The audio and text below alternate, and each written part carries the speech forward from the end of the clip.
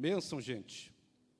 Mas eu quero compartilhar com vocês algumas coisas que o Senhor tem passado ao meu coração. Na verdade, já há alguns anos, nós trabalhamos com homens ali na congregação e nós temos entendido que quando o sacerdócio, ele é forte, ele é posicionado, o resultado será uma congregação forte, famílias fortes e também uma sociedade forte. E no tempo que nós estamos vivendo e tudo que nós estamos enfrentando, nós vamos precisar estar mais do que nunca posicionados no nosso sacerdócio. Porque aquilo que os teus filhos, eles irão aprender em uma faculdade, se você entender o seu posicionamento como sacerdote, o que eles aprenderão lá numa faculdade, será para eles somente uma informação, porque você já estabeleceu uma convicção no coração deles. Então, os nossos filhos, devido ao nosso posicionamento, quando entrarem em uma faculdade, eles não vão mudar nada, absolutamente nada. Eles vão continuar crendo nas mesmas coisas, a tal ponto de não ser influenciado, mas influenciar a outros. Vocês creem assim? Amém? Todos me ouvem? Amém? Muito bem, vamos lá então. Se possível, me dá só um pouquinho mais de retorno aqui. Eu prometo que eu não vou gritar, tá? Senão eu fico tentando me ouvir, eu fico me procurando. Glória a Deus, aleluia. Qual dessas aqui que fluiu? Será que foi essa? Foi essa. Tudo bem. Então, deixa eu falar um pouquinho com vocês sobre homens e seus desafios.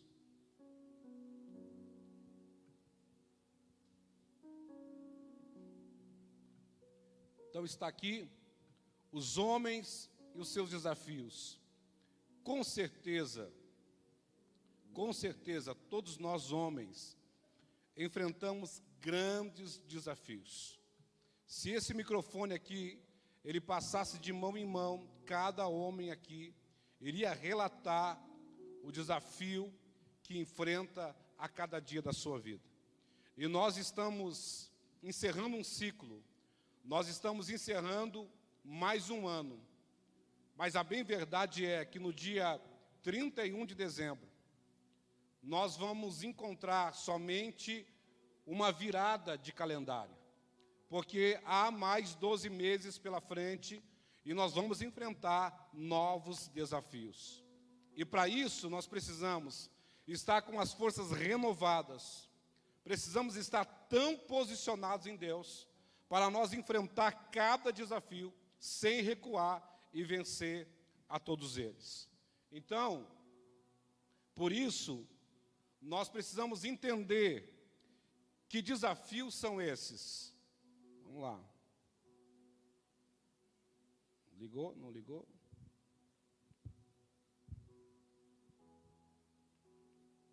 Aqui. Muito bem.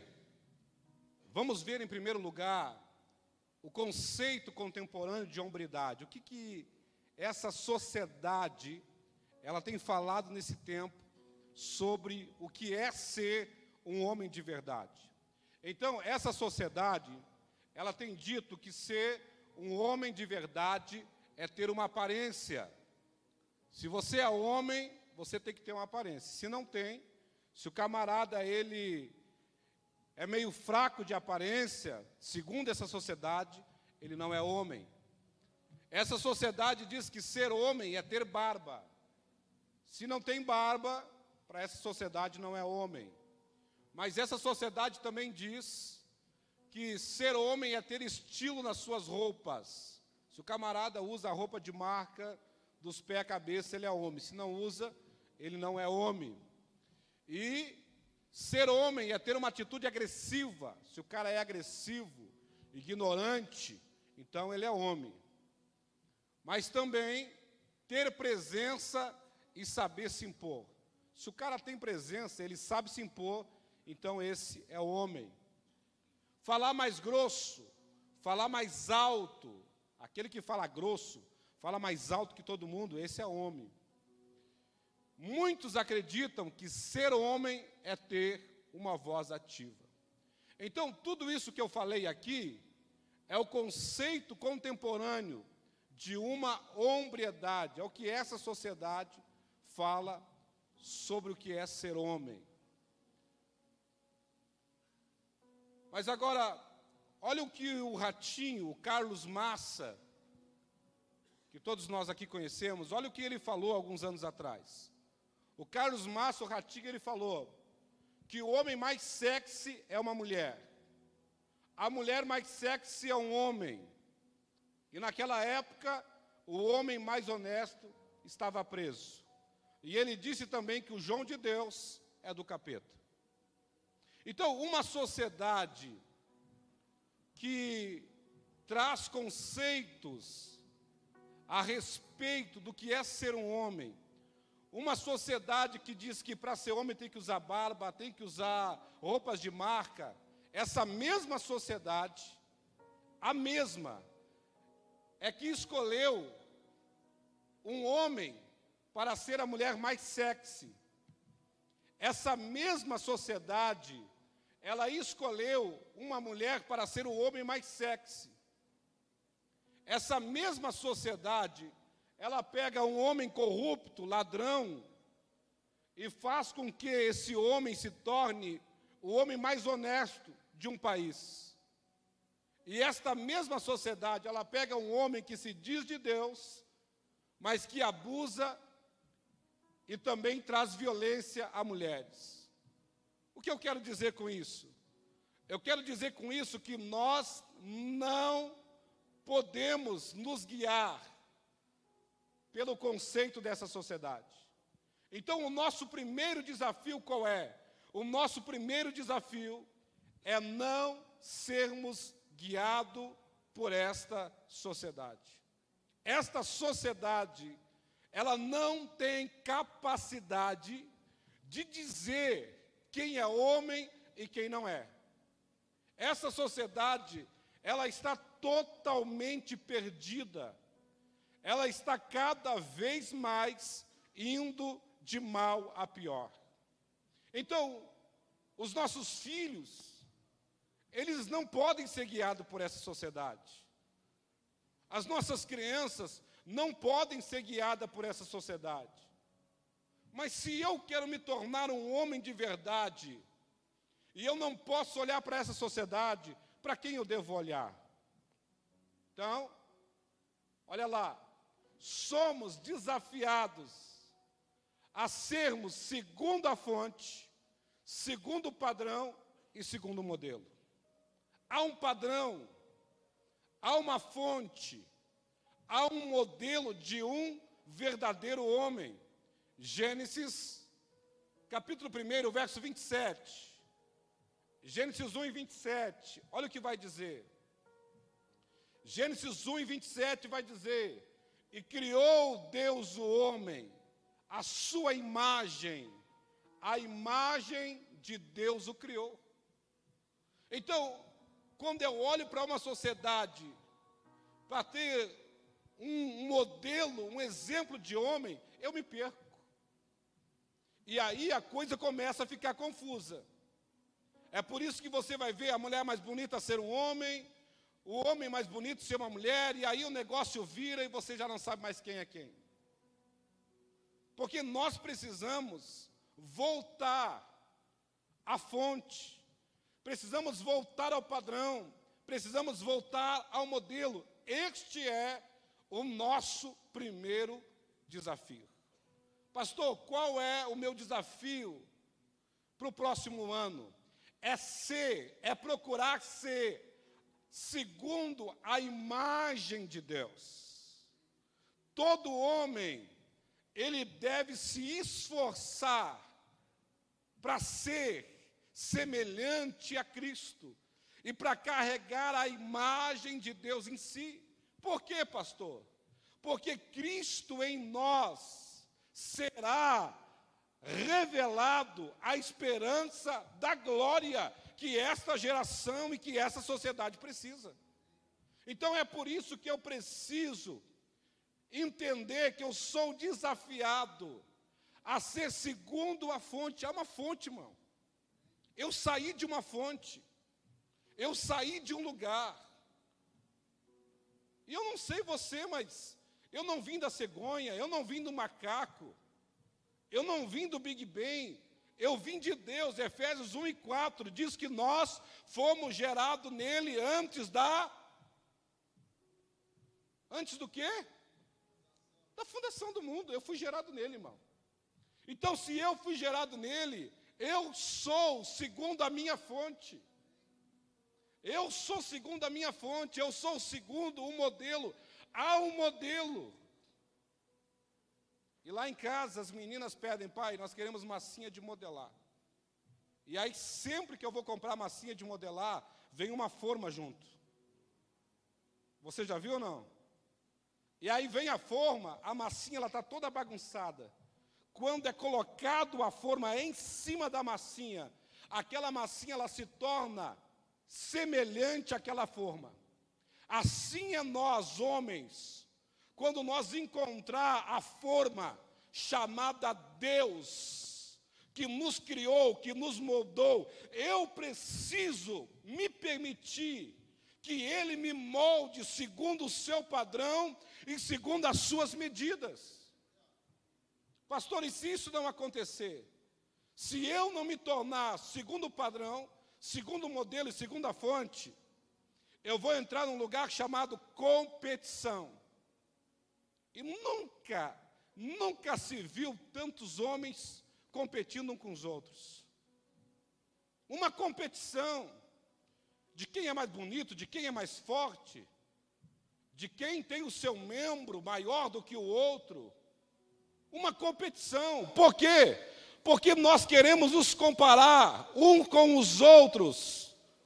E eu esqueço que o meu desafio não é me comparar com o meu irmão, mas é me olhar no espelho, que é a minha fonte, o meu modelo, e ver se eu estou parecido com ele ou não. Tem alguém aqui ou não? Tem alguém aqui? Não assusta, irmão. Eu cheguei aqui, fui na porta ali, olhar a carne. Tinha alguns homens assando, eu vi que um disse assim: meu Deus, que cara de bravo. Todo lugar que eu chego eu assusto, irmão, mas é só o jeito de falar e de pregar. Então, se não formos segundo a nossa fonte, seremos tentados a competir uns com os outros. Quando eu esqueço o meu modelo e a minha fonte, eu entro no erro da comparação e da competição. Vamos para frente.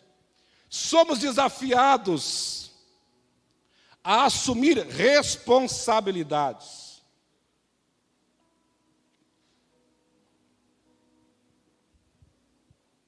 Somos desafiados a assumir responsabilidades.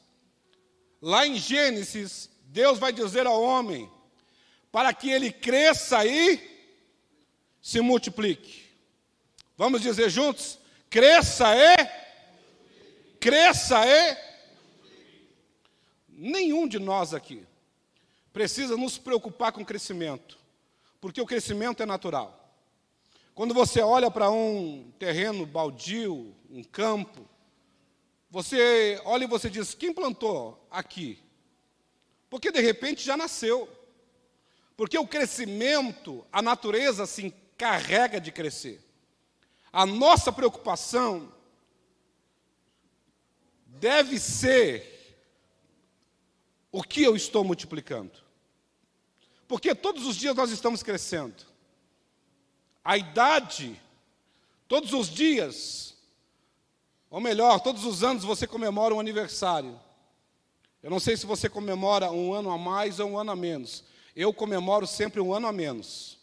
Sempre no meu aniversário não é um ano a mais, é um ano a menos. Eu tenho um ano a menos para viver. E aí eu faço uma retrospectiva da minha vida. Como foi aquele ano? Porque eu não posso perder mais um ano. Então, Nós estamos crescendo, crescer é natural. Mas eu preciso me preocupar com o que eu estou multiplicando. Então, em primeiro lugar, somos desafiados a frutificar. O que é isso? Tudo que eu planto, eu vou colher. Então, muitos homens, estão reclamando de uma colheita. Mas você precisa lembrar que você só está colhendo aquilo que você plantou. Porque ninguém pode reclamar daquilo que permite. Absolutamente ninguém pode reclamar daquilo que permite. Então, eu preciso ter responsabilidade para frutificar. Os anos estão passando, irmão. O que você está plantando? Se você não mudar as suas sementes, você não mudará a sua colheita. E aí você encontra homens de 50, 60, 70 e 80 anos, vivendo os mesmos ciclos, vivendo as mesmas fases da sua vida. Por quê? Porque avançaram na idade, mas não amadureceram. Maturidade, ela não vem com a idade. O que vem com a idade é velhice. Maturidade vem quando eu assumo responsabilidade. Quando eu bato no peito e eu digo, cara, quer saber? Cansei, vou parar de fazer as cacas que eu sempre faço. Vou parar de estar entrando sempre nos mesmos lugares. Vou parar de estar repetindo os mesmos ciclos. Por quê? Porque eu quero mudar a minha colheita. E aí, frutificar não tem a ver com Deus, não. Olha aqui. Porque eu estou orando, jejuando, fazendo campanha. Cara, mas se tu não mudar a tua semente, não adianta nada. Eu preciso ter responsabilidade para multiplicar. Então, olha lá. Quem foi o seu avô? Quem foi teu pai? Quem nós somos? E quem serão os nossos filhos? Se você parar para analisar e para pensar, você vai ver que você é uma cópia piorada do seu pai. Você vai ver que teve lugares que você disse assim, ó, meu pai errou ali, aqui eu não vou errar. Passou os anos, você errou no mesmo lugar ou até lugares piores. Por quê? Porque eu preciso ter responsabilidade para multiplicar. Se eu não mudo a minha semente, eu vou multiplicar as mesmas coisas que as gerações passadas. Então, quem foi o teu avô, cara? Tu já parou para pensar quem foi o teu avô? Tu já buscou em saber quem foi o teu avô? O que esse homem fez? Por onde esse homem passou? Quais os lugares de iniquidade que esse homem entrou? Quem foi o teu avô? O que esse homem, ele transferiu para o teu pai? O que o teu pai transferiu para você? Porque isso aqui, ó, vai definir o que você vai multiplicar nos teus filhos. Se você não for um ponto final de toda maldição, de toda desgraça, de toda iniquidade, os teus filhos, eles darão continuidade, multiplicando as mesmas coisas e até pior. Eu preciso ter responsabilidade para multiplicar. Mas eu também preciso ter responsabilidade para governar. Eu não sei se vocês enxergam daí. Governar. O desequilíbrio da terra se chama homem. O maior desequilíbrio da terra se chama homem. O maior desequilíbrio da terra não é o aquecimento global, não é o Covid, não é outra praga, não é outro vírus que tenha por aí. O maior desequilíbrio da terra se chama homem. Todas as vezes que eu paro em um sinal, em um semáforo, em uma sinaleira, e vem uma criança bater na porta do carro, pedir uma esmola, eu não vejo uma criança. Eu vejo por trás daquela criança um homem responsável, que ele quis somente ter prazer com uma mulher. E quando essa mulher disse, estou grávida, ele disse, te vira, dá o teu jeito, procura o teu pai, tua mãe para te sustentar, ou toma uns remédios aí, aborta, faz qualquer coisa, mas me esquece. Por quê? Porque por trás há um homem irresponsável. Então, quantas maldades, quantas coisas terríveis acontecendo. Alguns anos atrás, na cidade de Novo Hamburgo, que é a nossa cidade vizinha de Campo Bom, uma rua só faz divisa. Alguns anos atrás, isso me marcou. Eu carrego isso comigo, eu oro por isso. Eu me arrependo por isso todos os dias.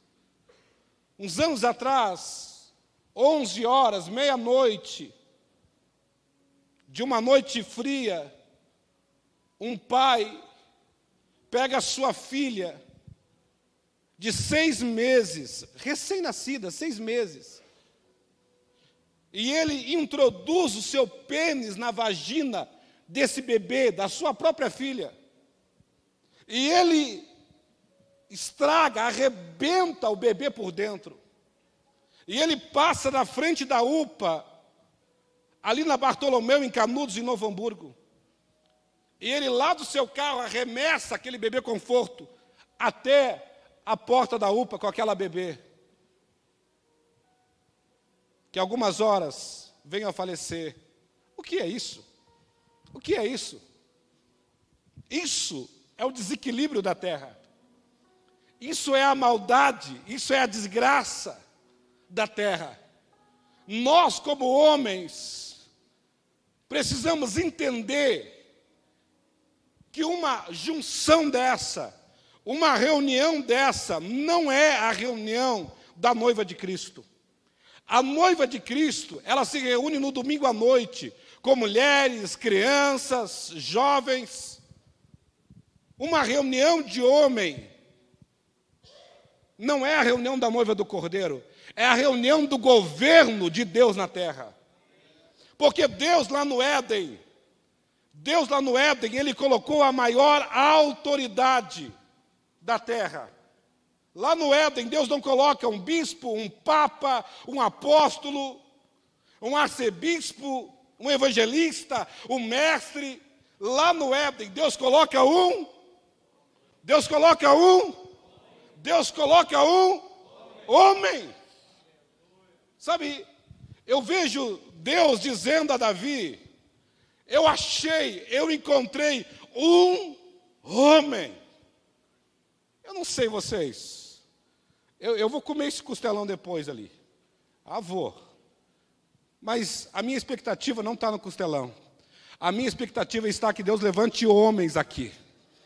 Homens que vão governar a terra. Homens que vão começar a governar a terra, pelas suas casas, pelas suas famílias, homens que vão se levantar como governo de Farroupilha, como governo do Estado, como governo da nossa nação. Deus está levantando uma geração de homens que será o governo da terra. Meu Deus do céu, você perdeu a oportunidade de levantar a mão e dizer, esse cara sou eu. Você crê nisso? Eu não posso ver o desequilíbrio da terra e achar normal. Não tem como. Eu preciso estabelecer o governo de Deus.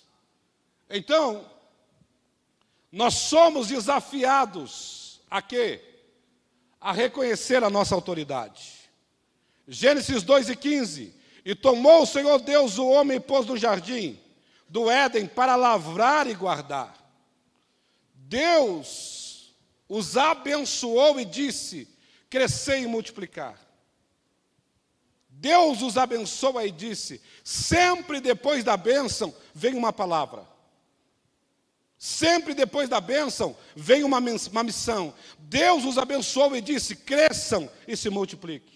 Então, eu não sou abençoado quando eu recebo. Eu sou abençoado quando eu desenvolvo a minha missão.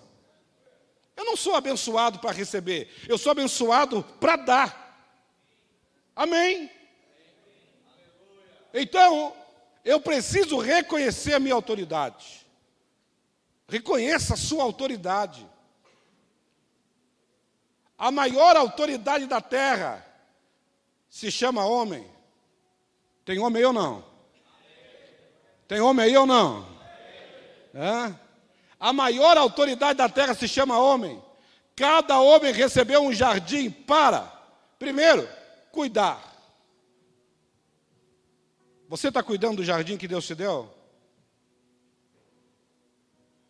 Eu acredito que aqui tem mais gente que trabalha com agricultura do que lá para Novo Hamburgo, Campo Bom. Quem trabalha aqui na agricultura? Tem alguém? Planta.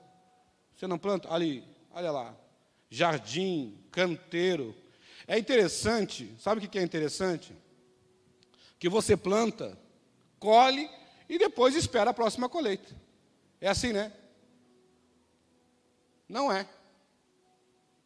Vai ter que ir lá novamente preparar a terra. Vai ter que ir lá novamente colocar novas sementes, novas mudas, porque há uma expectativa de uma nova colheita. Sabe por que a coisa não está boa na sua casa, na sua família, no seu casamento? Por duas coisas. Primeiro, você não deve estar cuidando e você não deve estar cultivando. Porque nós somos chamados, cada homem recebeu autoridade para cuidar e cultivar. Se você cuidar e você cultivar, quanto mais passar os anos, melhor o seu casamento fica. Eu vou repetir, que eu acho que vocês não estão vivendo isso. Vamos lá. Quanto mais passar os anos e você cuidar e cultivar, melhor o seu casamento fica. É isso aí, irmão. Pastor, não estou vivendo essa realidade. Já fica profetizando desde agora. Já vai profetizando, irmão, para chegar em casa e ver o cenário mudado. Então, cuidar, cultivar aonde? Na sua casa e na sua família. Não que todos os homens devam literalmente trabalhar como jardineiros. Antes, somos chamados a cultivar qualquer campo que Deus tenha nos dado. Somos chamados a cultivar qualquer campo que Deus tenha me dado. E aí entra ministério, aí entra serviço na congregação. Sabe por que o cara está morrendo aqui? Sabe por que o cara vem tocar um instrumento morrendo, ou vem fazer alguma coisa na igreja morrendo? Porque é só o reflexo da casa dele. É o reflexo da casa. Porque quando eu entendo que Deus me confiou um campo, Deus me confiou isso, Deus me confiou tocar um instrumento, Deus me confiou recepcionar, Deus me confiou cuidar do pátio, foi Deus que me confiou, eu vou fazer isso aqui com excelência. Amém? Então eu preciso estar atento àquilo que Deus me confiou. Aí tem homem que diz, mas é só eu que sou chamado, só me procuram a mim, para resolver o problema é só comigo. Parece que não tem outro. Ô cabeção, você não entendeu que aquilo que Deus te deu é único? Eu vou repetir. Você não entendeu que aquilo que Deus te deu é único? Então, quando chamarem só você, levanta a mão e diga glória a Deus, porque Deus me confiou esse campo. Vamos para frente. Somos desafiados. Agora vai ficar bom. Vamos lá que eu tenho 20 minutos só.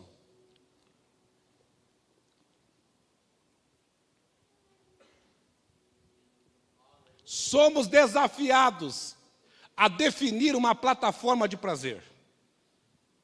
Na nossa vida,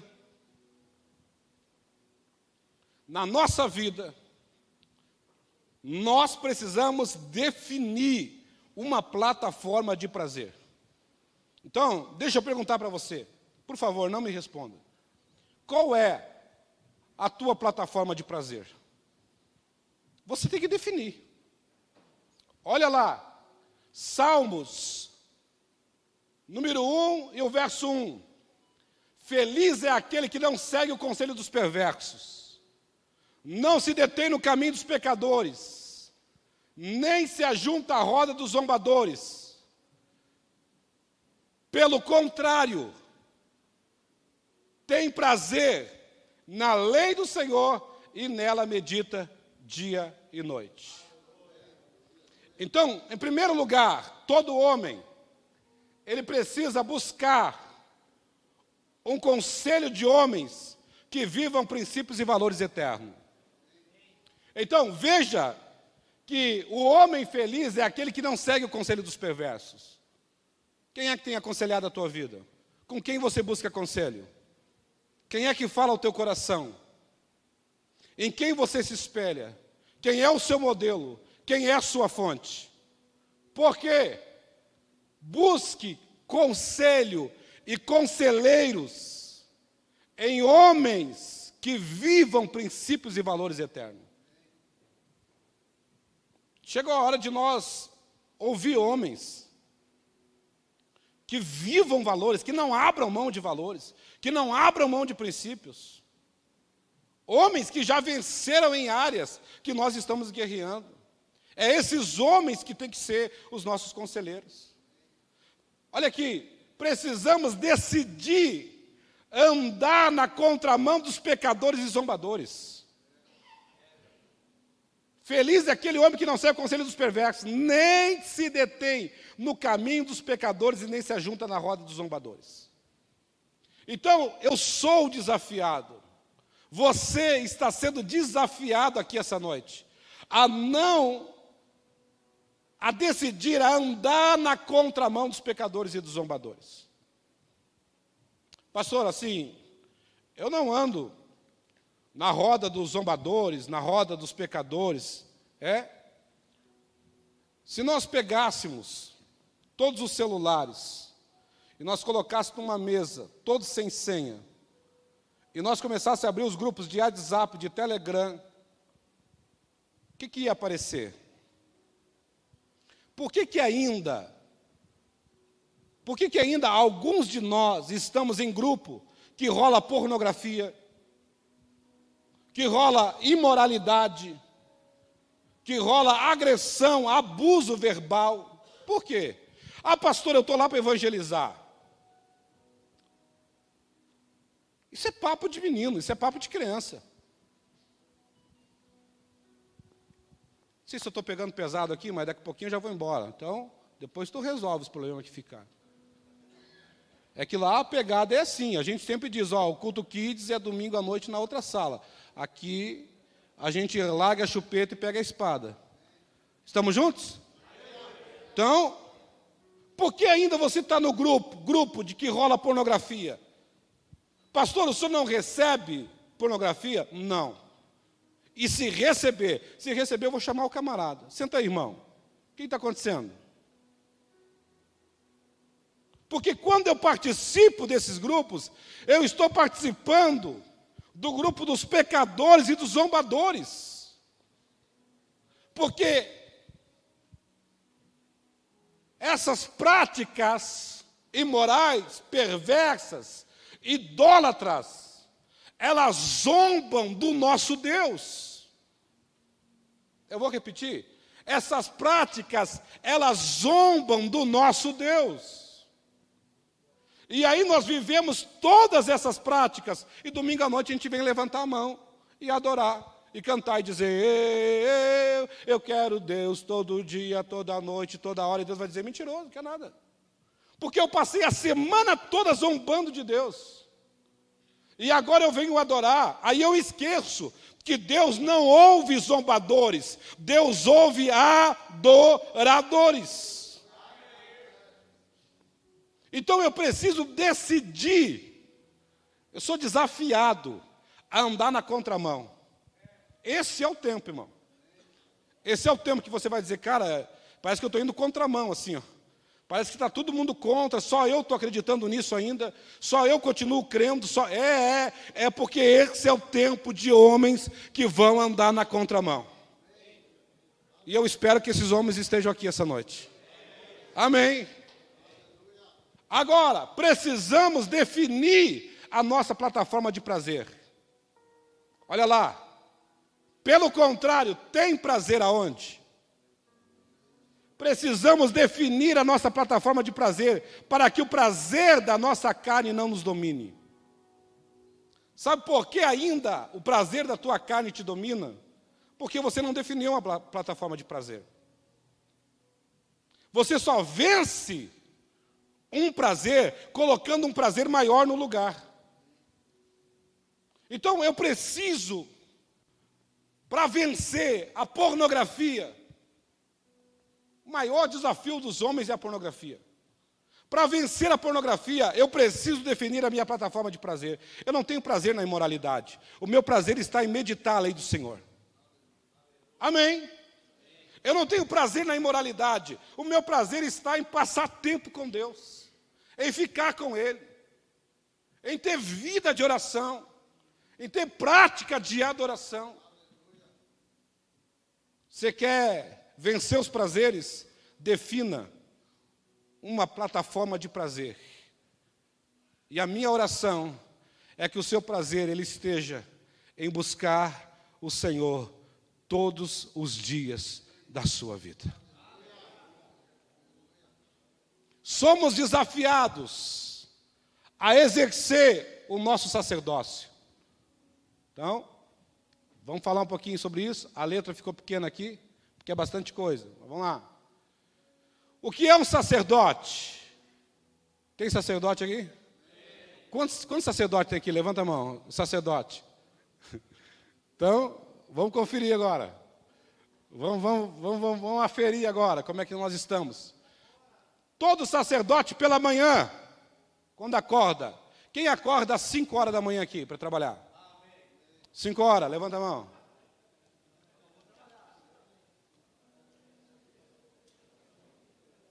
4 horas. 4 horas.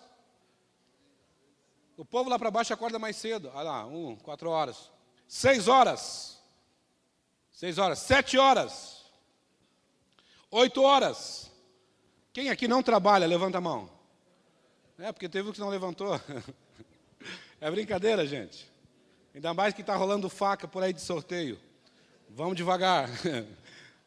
A nossa luta não é contra a carne, não é contra a carne. O cara muda a mensagem ligeirinho. Já vai lá para o outro lado, Deus é amor. Vamos lá. Todo homem pela manhã, como sacerdote, tira a cinza do altar e coloca mais lenha para que o fogo não se apague. Levítico 6 e 13, 6 e 12. Né?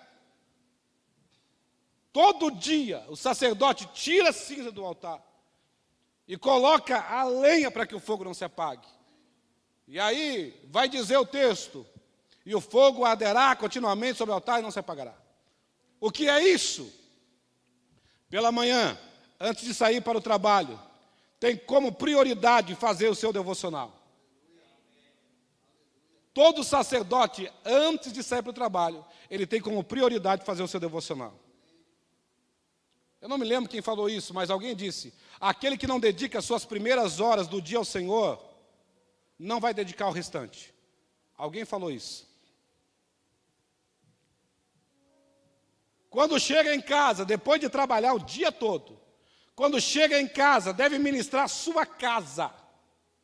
Esse é o sacerdote. O que é isso? É realizar a manutenção da residência e do pátio. O cara trabalhou o dia todo, agora ele chega em casa, o que ele vai fazer? Vai trocar lâmpada, vai trocar chuveiro. Mas aí a gente está numa geração hoje que o cara não sabe trocar um chuveiro. O cara não sabe trocar uma lâmpada. E aí ele chama o vizinho para ensinar o filho dele, porque ele não sabe. Nessa hora a gente não diz nada. Então, a esposa, os filhos estão sentando numa tampa de vaso rachada, que cada vez que senta, belisca a bunda, mas o cara não é capaz de comprar uma tampa nova e trocar. A torneira da cozinha está lá pingando lá. Aquela desgraça, batendo a madrugada inteira. E o cara não é capaz de trocar. Por quê? Porque esse sacerdote, ele não ministra a sua casa. Quer conhecer um lar, quer saber se a mulher edifica um lar, olhe para a limpeza da casa, olhe para o cuidado dos filhos, olhe para a mesa posta. Mas quer conhecer o sacerdócio de um homem na sua casa, na sua residência, olha para o pátio, olha para a grama. Tu chega na frente da casa do camarada, para te achar ele, você tem que catar ele no meio do mato. Por quê? Porque a grama já pegou. Não é mais grama, já é mato, né? Porque a grama é aquela baixinha, virou mato. E o cara está lá dentro, parece que ele está morando numa selva. Depois de realizar a manutenção, de ministrar a casa, a residência, a seguir, ele deve ministrar os filhos. Esse é o sacerdote. Eu estou falando que primeiro o cara saiu pela manhã, passou o dia todo trabalhando, chegou em casa, ministrou a residência, agora ele vai ministrar os filhos. O que é ministrar os filhos? Ministrar os filhos, pastor, é pegar uma Bíblia, abrir e dizer: eu quero saudar os irmãos com a paz do Senhor Jesus. Não, querido. Porque lá em casa, as minhas filhas não querem o pastor Natanael. Lá em casa, elas querem o pai. Então, lá na tua casa, teus filhos, a tua esposa, elas não querem o obreiro, o ministro, o pastor, elas querem só o pai. E como que nós ministramos os nossos filhos? Como? Olha lá, brincando com eles. Pastor, depois de um dia todo cansado, irmão, você vai brincar com teus filhos. Você vai lá montar quebra-cabeça, montar Lego. Você vai lá jogar bola na sala. Você vai brincar com teus filhos. E cada brincadeira, você ministra Jesus. Você acredita nisso? Eu estou montando um quebra-cabeça com as minhas filhas. E de repente, não acha a cabeça do bonequinho. Aí eu disse: assim é o nosso Deus. Ele procura um corpo para que ele seja o cabeça. Oh, meu Deus, cada brincadeira é uma oportunidade de você falar de Cristo. Pai, vamos fazer comidinha? Porque lá em casa a brincadeira, lá é diferente, lá é menina. Né? Pai, vamos fazer comidinha? Vamos. Vamos brincar do quê, pai? Vamos brincar de repartir a ceia. E eu vou lá, pego o pão, pego o suco, e eu faço a ceia com elas brincando. Aleluia! Glória a Deus! Você tem que brincar com seus filhos. Porque se você não brincar com seus filhos, eles vão achar alguém para brincar. É que nem um menino aquele, que todo mundo que ele encontrava, ele pedia: me dá R$1, me dá 5, me dá 10, me dá 50. Todo local. Teve uma hora que alguém se incomodou e disse: menino, o pai, melhor dizendo, se incomodou e disse: menino, para que tu quer tanto dinheiro que tu pede para as pessoas? E ele disse: pai, eu estou juntando dinheiro, porque eu ouvi o senhor falar que o senhor não tem tempo para brincar comigo, que 1 hora de trabalho sua vale tanto. Então eu estou juntando dinheiro para ver se eu consigo comprar 1 hora do seu trabalho, para o senhor ter tempo para brincar comigo. Alguém entende o que eu estou falando? Ministrar os filhos é brincar com os seus filhos. Nós somos desafiados a brincar com os filhos, sim ou não? Sim ou não? Não vamos nem perguntar quem brinca com os filhos aqui, vamos lá. A seguir, de manhã ele sai, chega em casa, faz manutenção, brinca com os filhos. A seguir ele ministra a família à mesa. O que é isso? Esse é o sacerdote. Ele ministra a família na mesa. O que é isso? Na hora da refeição. Ser grato pela presença. Lá em casa, nós paramos de orar pelo alimento. Lá a gente não ora mais pelo alimento. Lá a gente não agradece pelo alimento. Por que não, pastor? Porque o dia que não tiver alimento, o que eu vou fazer? Lá a gente não ora pelo alimento, pastor Rogério. Por que não? Porque o dia que não tiver, o que eu faço? Lá, quando nós sentamos à mesa, nós agradecemos pela presença de Deus. Nós falamos assim: pode faltar pão, pode faltar carne, pode faltar tudo, mas a tua presença nunca vai faltar nessa casa. Obrigado, Pai, pela tua presença. Ministrar a mesa é agradecer pela presença de Deus, é falar da bondade de Deus, é falar como Deus tem sido bom nessa semana, nesse mês, quanto Deus te abençoou. Deus abriu uma porta, filho, Deus fez. É na mesa que as minhas filhas dizem: pai, nós queremos bolachinha. E eu digo: vocês já oraram? Vocês já oraram? Pai, agora antes de sair, eu falei: pai, estou indo. Ela disse: pai, onde é que você... A Luísa disse: onde é que você vai, pai? Eu disse: pai, vai pregar para homens. Pai, o senhor vai trazer alguma coisa? Eu disse: eu não sei, filho. Fiquem orando para que o pai traga. Aleluia, aleluia. Ensinar os seus filhos, testemunhar. falar das grandezas de Deus. Essa semana eu cheguei em casa da oração, eram umas 11 horas da manhã, a Luísa, de 4 anos, vinha descendo a escada, e ela é muito alérgica, ela tem uma tosse que qualquer coisinha ativa. E ela, na escada, disse para mim assim: pai, eu já orei hoje. Eu disse: uau, filha, isso, 4 aninhos. E aí, ela arrebentou comigo. Quando ela disse: pai, eu orei para Deus curar essa tosse, eu não quero tossir mais, pai. Aí, quando eu fui para o meu devocional, Roger, eu disse: Deus, cura a Luísa, por favor, porque isso vai servir como base de fé e de testemunho da minha filha. Alguém está entendendo isso? É na mesa que você tem que testemunhar a respeito da bondade e dos benefícios. Sabe o que acontece na mesa? Em algumas mesas, é aonde nós ensinamos os nossos filhos a odiarem a igreja. É na mesa que alguns de nós ensinam os nossos filhos a odiar pastores, a odiar líderes. É na mesa que nós falamos mal de pastor, mal de igreja, mal de líder, mal de todo mundo. Aí passou a semana toda falando mal do líder de louvor. É tu o líder aqui ou não? Meu Deus do céu, semana toda. Aí chega domingo, quando os filhos entram, os filhos olham e dizem assim: aquele que é a treva do meu pai, aquele que é o inferno do meu pai vai fazer o louvor hoje, eu não vou cantar. Por quê? Porque na mesa nós estamos destruindo aquilo que nós deveríamos estar construindo. É na mesa. O pastor foi visitar uma casa. Quando o pastor senta no sofá, o menininho vem. Ninguém mandou tu vir para cá. Então, o menininho vem e fica assim. Aí o pastor se incomodou e disse: o que você está procurando? E ele disse: eu estou procurando a sua outra cara. Porque o pai e a mãe dizem que o senhor tem 2 caras.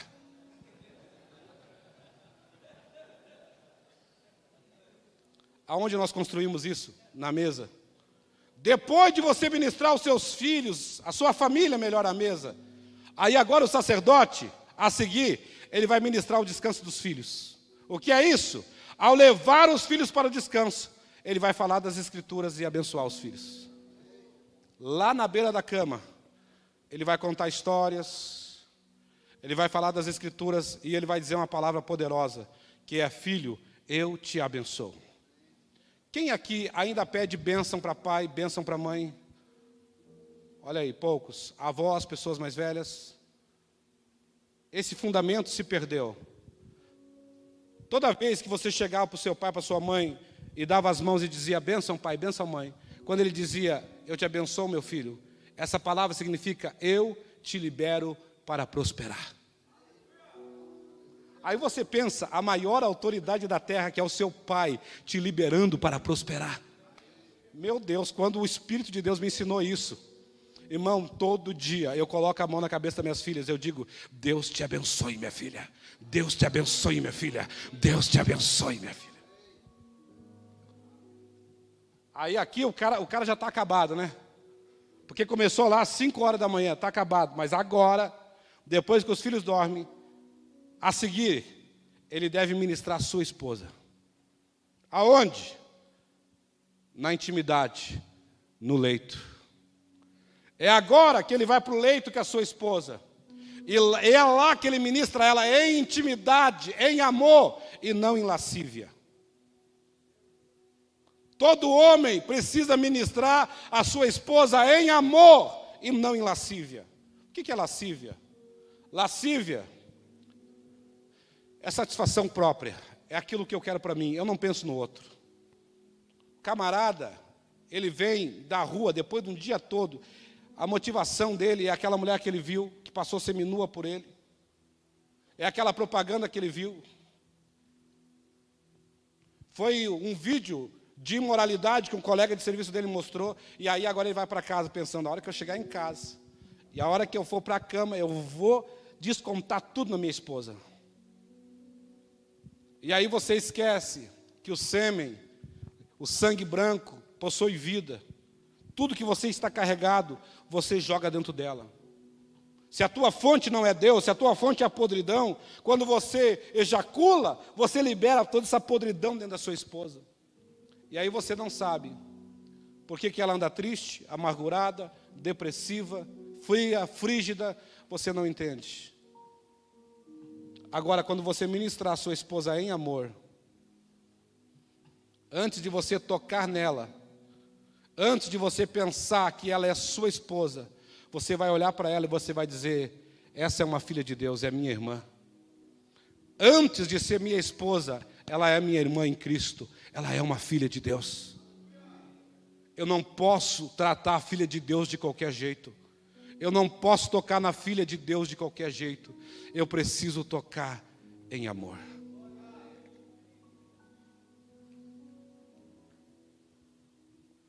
E aqui nós encerramos. E nós vamos deixar para o seminário, para o intensivo que nós vamos fazer. Tem retiro agora em abril. Ser macho é uma questão da nossa sexualidade. Nasceu, tem o pintinho, é macho, mas não quer dizer que é homem. Não é porque nasceu com pênis que quer dizer que é homem. Ser macho é uma questão da nossa sexualidade. Ser homem é uma questão do nosso propósito. Eu posso ser macho, mas eu posso nunca assumir o meu propósito. Mas além de ser macho, eu vou assumir o meu propósito de ser um homem, segundo a imagem e a semelhança do meu Deus. Eu convido vocês a ficarem em pé comigo.